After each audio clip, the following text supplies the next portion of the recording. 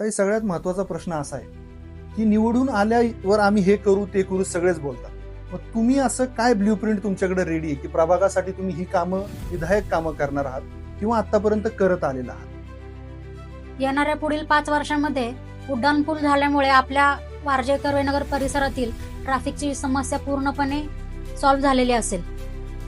आणि त्याचप्रमाणे कर्वेनगरमध्ये आमचं एक मोठं स्वप्न आहे शिवभक्त प्रतिष्ठानचं, की 100 फुटी संभाजी महाराजांचं स्मारक आम्हाला बांधायचंय क्या बात आहे. वनदेवी मंदिराची इथे. तर तेही काम आपण नक्की करणार आहोत.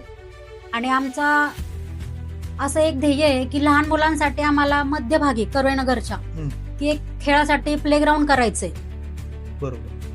लहान मुलं असल्यामुळे ते ग्राउंड आहेत आपले, पण ते खूप लांब लांब आहेत. लहान मुलांना आपण लांब सोडू शकत नाही. बरोबर. त्याच्यामुळे आम्हाला कर्वेनगरच्या मध्यभागी लहान मुलांना खेळण्यासाठी प्लेग्राऊंड करायचे.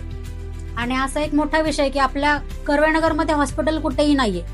हॉस्पिटलला जायचं असेल तर आपल्याला कोथरूडमध्ये जावं लागतं, सुतार दवाखाना. बरोबर. तर आमचं सगळ्यात मोठं ध्येय असं असेल की आम्हाला कर्वेनगरमध्ये हॉस्पिटल करायचंय.